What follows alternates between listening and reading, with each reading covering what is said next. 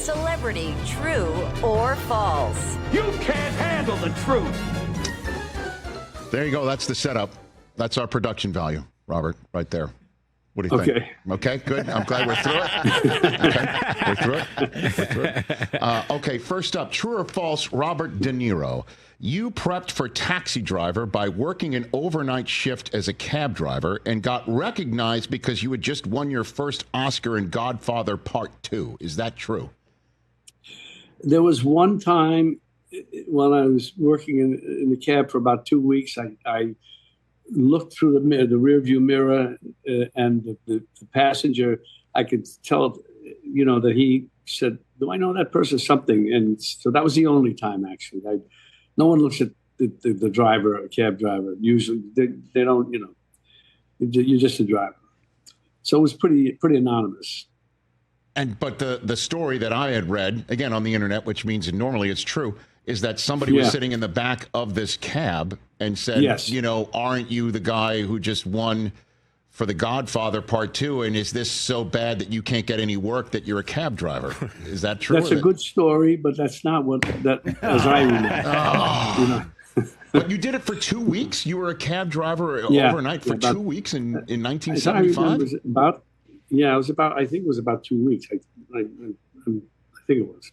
Did you make any money off of it? Like, did you actually? Yeah, I made a few dollars, yeah. What did you pick up from that, driving a cab?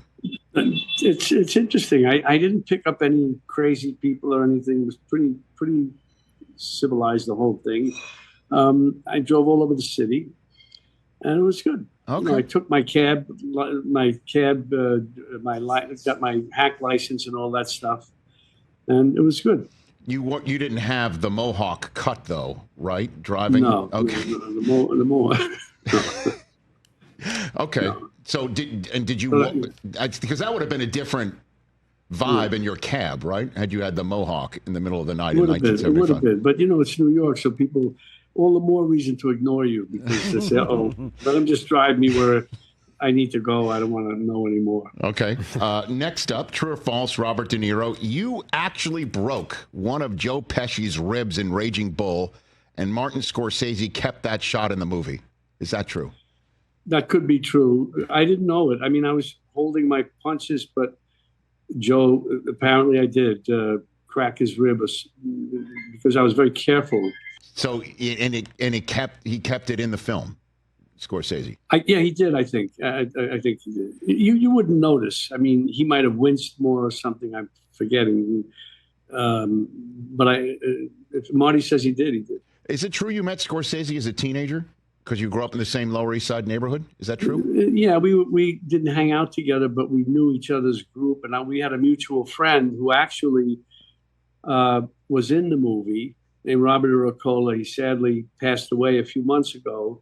I was doing a documentary, and he used to go between my group and his, and we would talk, and he'd tell me that Marty's going to NYU and he's directing this and so on and this or that, and so I did I was part of a documentary about Scorsese that I don't know when it'll come out, but with Rebecca Miller, Arthur Miller's daughter, and we had a kind of a reunion meeting in the Cafe Roma in Little Italy, and with these two guys that I know, Marty knows, Frank Piccirillo and Robert Urcola and Marty, and we were talking, reminiscing, and then I said to Barry Levinson after we were just starting to do the casting, I said, Barry, I have two friends, old friends that they might be good for this, and they'll add a lot of real texture and they'd be good, I think. You mind meeting them? He said, no, I'll meet them. And he met them, and then he read with them. I read with them, and he used them both. Frank plays Boyardo, and Robert played Tony Bender, and he was very happy with them. They did a terrific job. So that was. I forget why I was saying that. No, because you had met Martin Scorsese back in the day, and that kind of does. Yeah, Marty I knew, and this kid he used to go between us. Right. And now we were doing a documentary. And over the years, I'd see him here and there. But not that often. It leads me perfectly into my next item for you, Robert De Niro. True or false, Scorsese wanted to put regular people in Goodfellas roles, so he cast your Tribeca landlord as Maury the Wigman. Is that true? That's true. Chuck Loeb, yeah. He was your landlord? He was my landlord, yes. Okay. I introduced him to Marty. He also has been not with us for a while, but he was a real character, and I introduced him to some other directors. They all liked him a lot. They used him in their movies. In The Mission, he played Cabeza. Roland Joffe liked him well enough to use him in a good part. And then, so Marty used him in Goodfellas. I forget which came first, the Goodfellas or The Mission, but anyway, he used it. So he was. Did he have a wig in real life, Robert? Was he he really? was sort of balding. Okay. He was, but he was a character. He was a real character. I could see why anybody would want to use him in the movie, and we used him in King of Comedy too. Oh. He was terrific in that. What was he in King of Comedy? Who was he in that one? Well, I think a lot of it was cut out, but it was great stuff. He was sort of hitting on my girlfriend, and there was a scene in a phone booth where he's making a call, and I think somehow he gets her number. He calls her, or he's waving to her through the phone booth. Anyway, but there was a lot of great stuff. I wish it had been kept in the movie, but it was just too long, I guess. But he was terrific. Yeah, well, maybe that, the fact that you knew him is the reason why you spared him for a brief bit in Goodfellas, right, Robert? Just a brief bit. For a little bit. And then it was, he was, he had to go. Just a little bit. Next up, Robert De Niro. My favorite comedy of all time is Midnight Run, and I'm honored to be able to tell that to you here on this show. It's actually a big moment for me personally to be able to tell you that. True or false, you took the role of Jack Walsh in Midnight Run because a scheduling conflict kept you from taking the lead role in Big. Is that true? No, it just didn't work out in Big. I was working a lot with Penny on it, and it was just a negotiation thing. And but it was fine. It was okay. It wasn't a scheduling thing. Okay, but you were in line to take the lead role in Big, and whatever happened led you to Midnight Run? No, it didn't lead me to Midnight Run. I would have done Midnight Run. There was no scheduling problem that I remember. Midnight Run is just a beautiful movie, Robert. Thank you. It is, honestly, it makes you laugh, it makes you cry.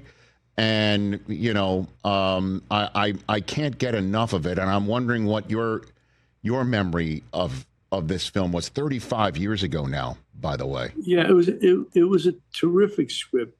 George Gallo wrote it, and Marty Brest directed it. It was just, I had a lot of fun doing it. And yeah, I was really wanted to do the film.